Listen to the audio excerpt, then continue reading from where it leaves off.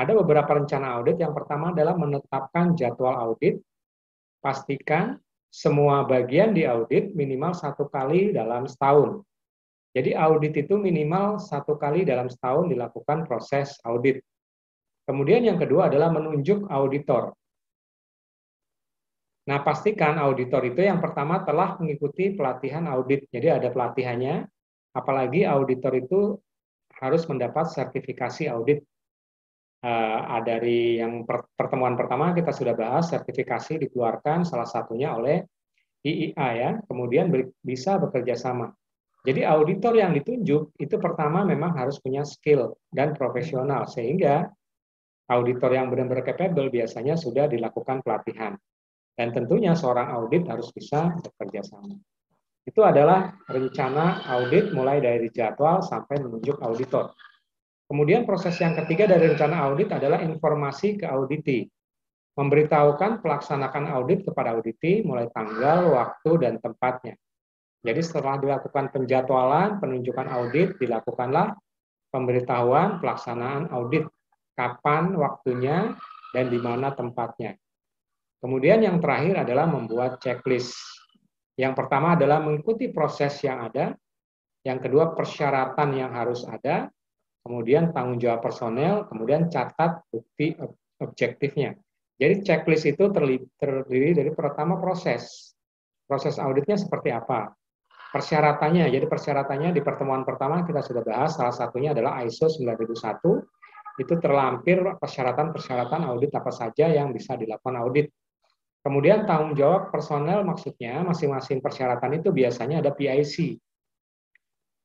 Nah, bagi teman-teman yang kerja di kantor dan sedang dilakukan audit, biasanya ada PIC penanggung jawab terhadap laporan-laporan yang akan diaudit. Misalnya Mas Ade tadi di perpajakan bertanggung jawab terhadap aspek tersebut. Kemudian temuan-temuan itu tercatat sebagai bukti yang objektif. Nah, sebagai seorang audit, sikap apa saja atau sifat-sifat apa saja yang harus dimiliki sebagai seorang auditor? Paling tidak ada 7 minimal yang harus dimiliki oleh seorang auditor. Yang pertama adalah profesional. Artinya, auditor bekerja secara profesional memang berdasarkan keahlian. Kalau kita berbicara profesional, maka paling tidak mencakup ada 3 hal. Yang pertama adalah knowledge, pengetahuan. Yang kedua adalah skill, keterampilan. Yang ketiga adalah A, attitude atau sikap. Jadi seorang yang profesional paling tidak memiliki aspek SKA, skill, knowledge, dan attitude. Kemudian yang kedua, sifat auditor adalah harus bijaksana. Karena memang, terutama auditor internal, harus bijaksana dalam penemuan-penemuan prosedur ini apakah bisa ditentukan sebagai audit finding atau tidak, dan seberapa jauh deviasi terhadap penemuan tersebut. Kemudian yang ketiga harus bersifat netral, tidak memihak.